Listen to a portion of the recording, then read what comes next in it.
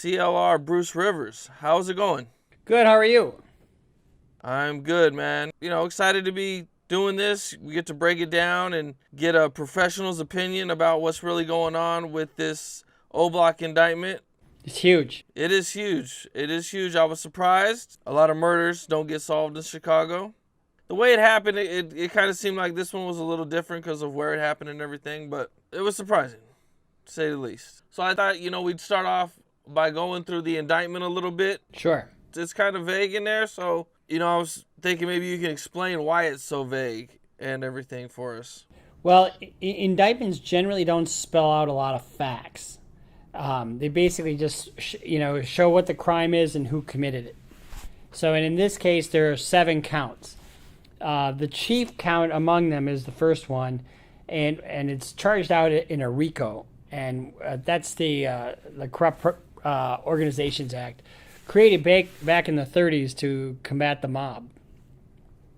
So essentially what they're saying is that this Oblock gang is acting as an organization for a criminal purpose. Okay, wouldn't that be any gang, though? Well, one could argue that it's too broad, for sure. But I mean, if you and I, and let's say my son Michael, let's say the 3 of us get together, and we call ourselves the White Boys, and we're off, and our whole purpose is to commit crimes, drugs and murders, which is what they're accused of here. Well, then it fits within that statute. The organization has to be designed for a criminal purpose, not for some other purpose. So, like I'm in a motorcycle club called Street Legal. It's a bunch of lawyers. Yeah, we're a group. We're organized, but we're not organized for a criminal purpose. So anything organized for a criminal purpose can be charged under the RICO. Correct. Yes. Right. It has to fit within the definition of an organization. But yeah, absolutely.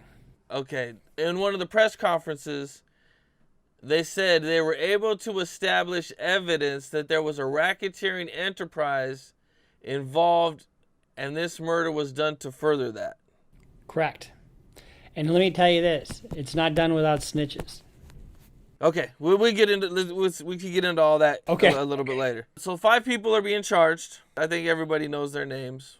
I mean, we don't got to read them off. They list crimes that Oblock is accused of doing, which I believe, from what you've been telling me right now, kind of ties into the RICO. So they're accused of 7 different counts. Correct. Is that correct? Yeah. Okay. Now, in the indictment, I don't see any evidence. Well, you don't have to spell out what the evidence is. So because this is charged by indictment. Okay, so that means they went before a grand jury and they present the evidence to the grand jury. And then the grand jury decides whether there's probable cause or not. And in this case, they said there was probable cause. So then all they do is just list out what the charges are. And there's some allegations in here with some facts, but they're very general in nature. And that's how most indictments are, if not all of them. Is there a reason for that? Well, the government's not going to give anything up that they don't have to until they absolutely have to. So in many aspects, you don't even have to give your witness statements, called Jenks material, until 3 days before trial. And the rule used to be that you didn't have to give it until just before cross-examination. So a witness statement, those would be people that are snitching.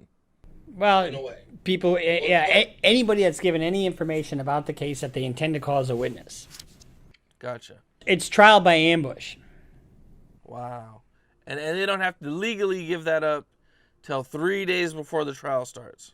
Right. And so the general practice for each individual U.S. attorney is different.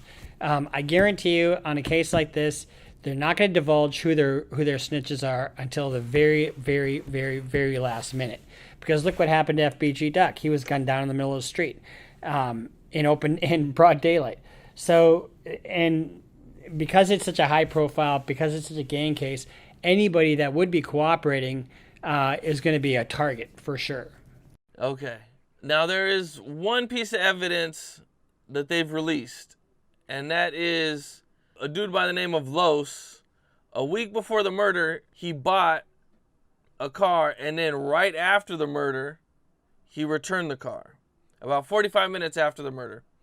And they say they have video of the car in the area where the murder took place, and I guess they got a picture of him at the dealership or something like that. Have you seen that? That I'm not aware of, but it seems to me that he's trying to use that as kind of a cover. In other words, you drive around in that car, it's not going to be registered to the person who's driving it at that particular point because it's too soon, right? And so, I don't want the car, and you ditch it, and then so it goes back.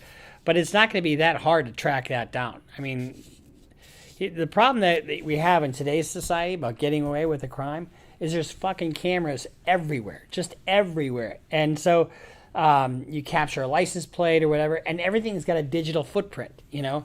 You get a license plate number, you got this. You can track where everything goes, regardless of what it is, and whether it's a purchase at a store or whether it's a car. And so it's not surprising that they came up with this evidence. His lawyer is trying to argue that there's no proof he was at the place of the murder or that he was around this car that much. Is that any type of good argument? That's his only argument. The problem is that he returned the car. If he just let somebody borrow the car, and then pop, and then they gave it back to him, and then he still owned the car, he'd have a better argument. But it looks like a straw purchase kind of thing, where you're just using it for this transaction and then returning it. You know what I mean? Yeah. Or at least that's going to be the government's argument on that. And then just to further that scenario, if he in fact did that, knowing what its intended purpose was, he's on the hook for the conspiracy just like everybody else, and he could be looking at life. Oh, you mean even if he wasn't directly involved in it? No. A conspiracy is an agreement between two or more people to commit a crime and then an overt act in furtherance of that. Okay? So if I say I'm going to go kill so-and-so and I need your car to do it, and I know that what you're going to be doing, I'm part of the conspiracy. And me giving you the car, the conspiracy is now completed whether you kill that guy or not. I see. Okay. How does something like this turn from just a regular case that the police are investigating, because it really seems like some normal gang violence, and now it becomes federal? Well, I think one of the things you got, all these prosecutions, no matter whether they're local or federal, are all political, right? The district attorney is an elected person. The U.S. attorney is an appointed person, but they're still political offices. And you've got a situation in Chicago right now where there's murder after murder after murder happening, and it doesn't strike me odd. In fact, I know there's this investigation and a much broader investigation about guns and shipping them up from Atlanta. It's and it's it goes across state lines. This whole gang thing is, especially on the Oblock, and is a matter of federal concern. So the feds have stepped in, and they've got all kinds of investigations going on.